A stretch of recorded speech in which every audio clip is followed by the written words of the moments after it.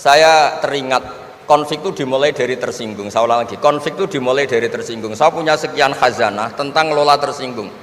Saya berkali-kali cerita itu. Suatu saat Imam Syafi'i didatangi orang, cium tangan, terus hormat. Setelah itu orangnya menghujat. Dilaporkan sama santrinya, itu orang yang tadi nyium engkau, di luar menghujat engkau, menghina engkau. Imam Syafi'i tertawa-tawa, baguslah saya wibawa, di depan saya agak berani. Enteng saja, dianggap enteng saja. Enggak kok, wah itu khianat, itu munafik, enggak. Alhamdulillah saya wibawa, buktinya di depan saya tidak berani. Nah, ini tip Bu Rektor, kalau ada yang ngerasain jenengan di luar, alhamdulillah di depan saya tidak berani. Jadi enteng saja. Diceritain lagi, orang separuh dari kampung ini nggak suka jenengan Imam Syafi'i karena engkau terlalu ngedikan hak. Baguslah, kalau nggak suka saya berarti nggak ngutang saya. Yang masalah tuh yang suka-suka itu bisik-bisik minta-minta. Jadi dianggap enteng saja.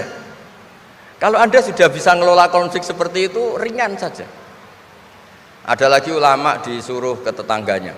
Setelah datang ke rumahnya, irji falah hajata libik. Sudah, kamu kembali, saya tidak butuh kamu. Setelah sampai rumah dipanggil lagi, ya saya jadi butuh kamu, silahkan ke rumah. Datang lagi sampai 3 kali.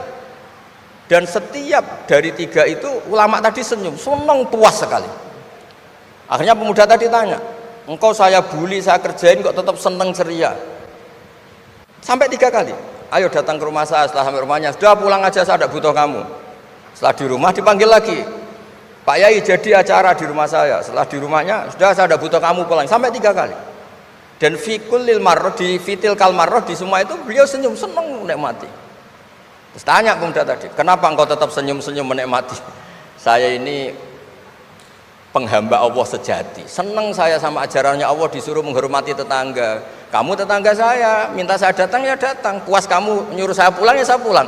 Alhamdulillah saya jadi hamba Allah yang baik, ngikuti perintah Allah, hormat tetangga, katanya. Sama kita di Indonesia gitu, kalau Anda tidak sefaham dengan presiden atau dengan bupati, perintah Allah itu hubungan dengan mereka baik, cocok tidak cocok harus baik, itu perintah Allah. Jangan yang cocok kita membebek, tidak punya prinsip, tidak punya ideologi. Saya diundang di sini, kalau nuruti nafsu saya tidak cocok, kiai kok diatur-atur. Tapi perintah Allah disuruh hormati kawan, kata Rasulullah di sebuah hadis, inna min abaril birri silatar rajul ahla wuddi abih. Kebaikan tertinggi itu adalah berkawan baik sama teman bapaknya. Saya ini dekat sekali sama Profesor Zaini Dahlan, sehingga harus hormati putrinya. Sebetulnya wajib hormat itu dosen UGM, kalau enggak dipecat kan. Tapi saya punya konstitusi sendiri. Jadi kalau hidup kamu sudah bertautan dengan Allah, semuanya indah.